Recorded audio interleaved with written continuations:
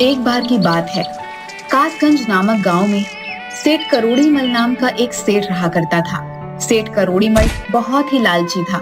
उसका एक पुत्र था जिसका नाम सेठी था। सेठी स्वभाव में बहुत चालाक और बेईमान किस्म का बच्चा था। दूसरी तरफ उसी गांव में राजू नाम का लड़का था जो कि सेठी की कक्षा में पढ़ता था, लेकिन वो सेठी के बिल्कुल विपरीत था। एक दिन स्कूल में, ओए राजू, तुमने हॉलिडे का सारा टास्क बना लिया क्या? अब हाँ, वो तो मैंने 2 सप्ताह में ही सारा होमवर्क कंप्लीट कर लिया था। तुमने कंप्लीट नहीं किया है क्या? और नहीं यार, और बुआ के घर चला गया था यार। 3 दिन बाद कमलेश सर की क्लास है। अगर होमवर्क कंप्लीट नहीं रहा तो सर मुझे पनिशमेंट देंगे। मुझे बचा लो प्लीज़। लेकिन बुआ के यहाँ तो तुम 1 सप्ताह के लिए ही गए थे। बाकी के 1 महीना तुम्हारे पास टाइम था, उसमें क्यों नहीं होमवर्क किया?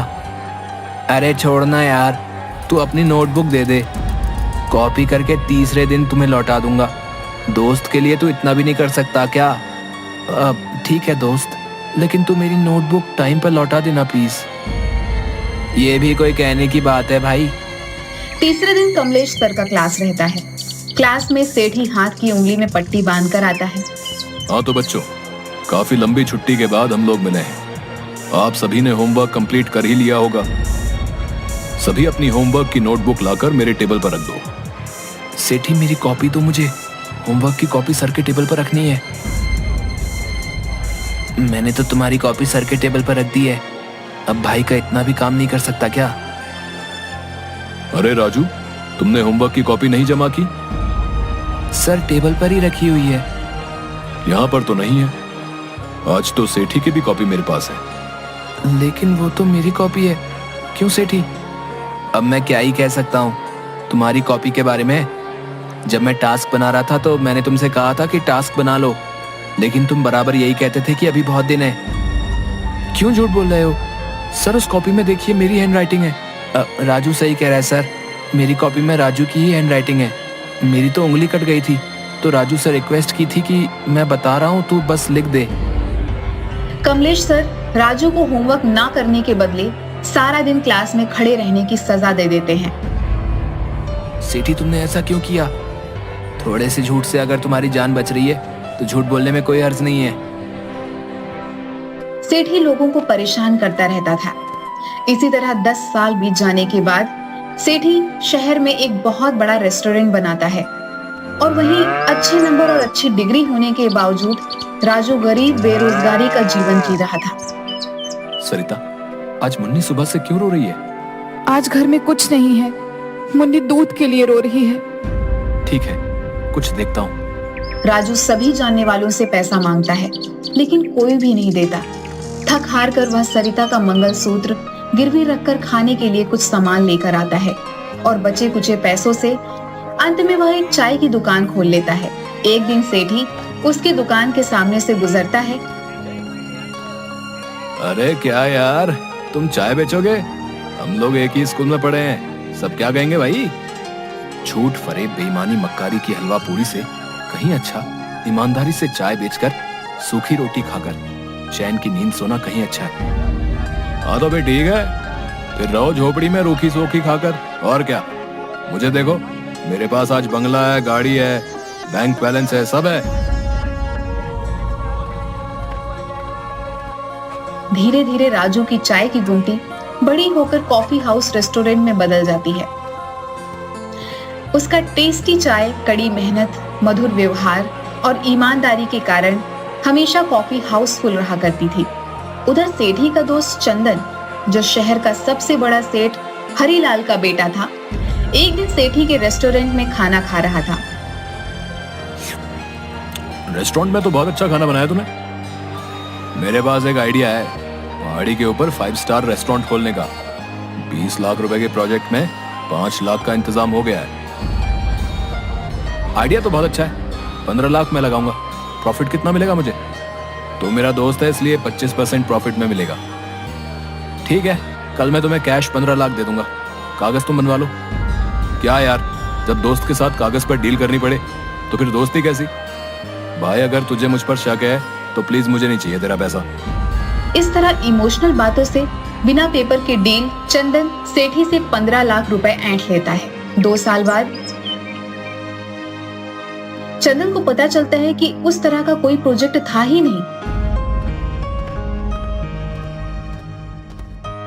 सेठी, तूने फर्जी प्रोजेक्ट के नाम पर मुझसे 15 लाख जो लिए हैं ना, वो वापस कर। अरे कौन सा प्रोजेक्ट, कैसा पैसा और किसका पैसा? कोई कागज या बैंक रिसीट है तो दिखाओ भैया। देख सेठी, मैंने पहाड़ी में रेस्टोरेंट के लिए तुम्हें 15 लाख कैश दिए थे। तुमने ही कहा था कि दोस्तों के बीच कागज का क्या काम। इस तरह कागज के अभाव में चंदन सेठी से 15 लाख रुपए हड़प लेता है। एक दिन इनकम टैक्स वाले छापा मारते हैं और टैक्स चोरी के आरोप में सेठी का दुकान सीज कर दिया जाता है। जल्द ही सेठी कंगाल हो जाता है। एक दिन राजू के कॉफी हाउस में, राजू भाई, आज मैं कंगाल हो गया हूँ, प्लीज मेरी मदद कर दो। मुझे फिर से बिजनेस करने के लिए पूंजी चाहिए। मैं जल्दी ही तुम्हारा पैसा लौटा दूंगा। ठीक है, मैं तुम्हें लोन दूंगा, लेकिन इस बार ईमानदारी और मेहनत से काम करना होगा। राजू से पैसा लेकर सेठी उसी के कॉफी हाउस के सामने अपना कॉफी हाउस भी खोल देता है। सेठी राजू के कैफे को कॉम्पिटिटर मानकर उसके कैफे को तरह तरह से बदनाम करने की कोशिश करने लगता है। हरिया, ये ले फेविक्विक और जा राजू के कॉफी हाउस में 2-2 बूंद सभी कुर्सी पर गिरा करा। जा। जैसे ही राजू का कॉफी हाउस ओपन होता है, लोगों की भीड़ लग जाती है। मौका देकर हरिया सभी की कुर्सी पर फेविक्विक डालकर आ जाता है। हाँ मालिक, जैसा आपने कहा था वैसा ही करके आया हूँ।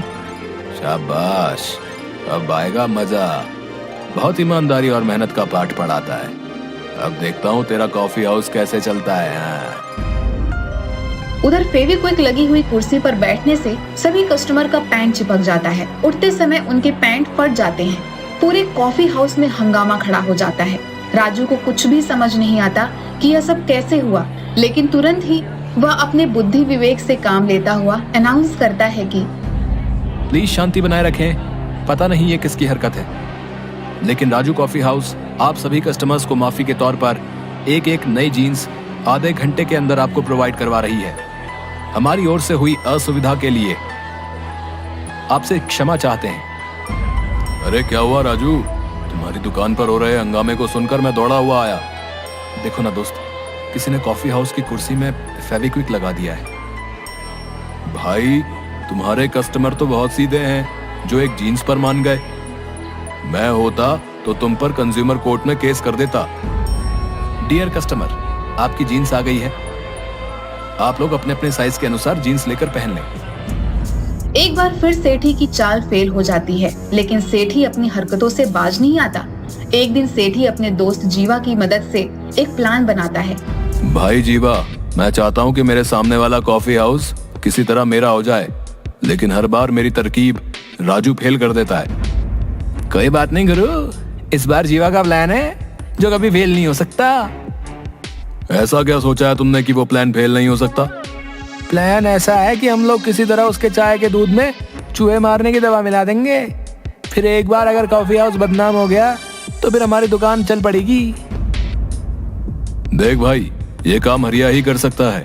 पिछली बार इसी ने फेविक्विक चिपकाई थी। ना मालिक, ये काम हमसे नहीं होगा।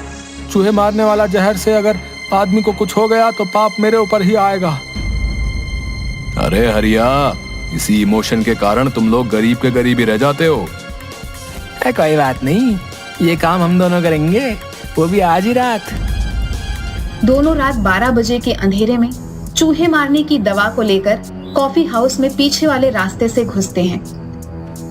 अबे जीवा, ठीक से चल, मुझसे बार बार क्यों टकरा रहा है? ऐसी अंधेरे में कुछ दिखाई नहीं दे रहा। मैं तो ठीक से ही चल लिया हूँ, लेकिन ससुर ये जमीन ही ऊपर नीचे, अंधेरे में पता ही नहीं चल लिया है। तभी जीवा के पैर के नीचे एक छुछुंदर आ जाता है और अनबैलेंस होकर सेठी के ऊपर गिर जाता है। सारे चूहे मारने वाली दवा सेठी और जीवा के चेहरे पर गिर जाती है। थू थू थू। अबे जीवा, तुम्हें कितनी बार कहा कि ठीक से चल, आखिर तूने मुझे गिरा ही दिया। अब ये पाउडर क्या है रे? थू, थू, थू। ये चूहे मारने वाली दवा मेरे चेहरे पर गिर गई। चलो भागो यहाँ से, भागो यहाँ से। थू थू थू थू। भाई, मुझे कुछ दिखाई नहीं दे रहा है। मेरी आंखों में शायद ये दवा चली गई है। साला छछुंदर सारा खेल बिगाड़ गया। मार डाला रे। अब मेरे हाथों पर क्यों चढ़ा है तू? ये मेरा हाथ है, छछुंदर नहीं, जो बार बार लातों से मारे जा रहा है। मुझे क्या पता यार, मुझे तो कुछ दिखाई नहीं दे रहा है कि ससुरा छछुंदर कहाँ है और तेरा हाथ कहाँ है। दोनों किसी तरह गिरते पड़ते वापस दुकान में आ जाते हैं, जहाँ पर आते ही सेठी उल्टी करने लगता है। इधर जीवा की आंख लाल हो जाती है। 2-3 दिन के बाद जीवा, आज हमें सावधानी पूर्वक रात में काम करना होगा। हाँ यार दोस्त, आज रात ही हम दोनों सारा काम कर लेंगे। कल के बाद अपना काम खत्म, फिर हमारी चाय की दुकान ही इस एरिया में चलेगी। हाँ, हम दुगनी कीमत पर चाय बेचेंगे। राजू के सारे कस्टमर हमारे होंगे।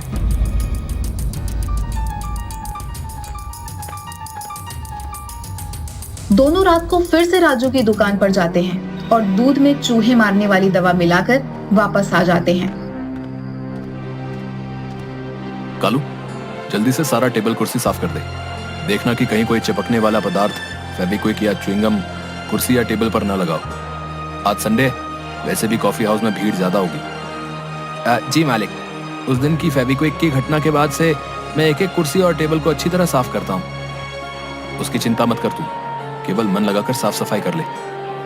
उस दिन के बाद मैंने कॉफी हाउस में सीसीटीवी लगवा दिया है। दूसरे दिन सुबह, संडे होने के कारण राजू की कॉफी हाउस में आज तुरंत ही हाउसफुल हो जाता है। सभी को कॉफी चाय दी जाती है, लेकिन कुछ ही देर में कस्टमर उल्टी करने लग जाते हैं। पूरे कॉफी हाउस में हाहाकार मच जाता है।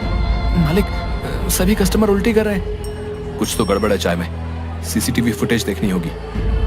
इसी बीच सेठी पुलिस को फोन कर देता है। राजू को पकड़कर पुलिस ले जाने लगती है। 1 मिनट इंस्पेक्टर, जरा सीसीटीवी में देख लो कि किसने ये काम किया है। तब इस सीसीटीवी फुटेज से पता चलता है कि सेठी और जीवा दोनों ने रात में आकर यहाँ पर कुछ मिलाया था। पुलिस जब उन दोनों को पकड़कर डंडे से मारती है, जीवा पुलिस को सारी बात बता देता है कि उसने सेठी के कहने पर दूध में चूहे मारने वाली दवा मिलाई थी। दोनों को पुलिस हिरासत में लेकर चली जाती है।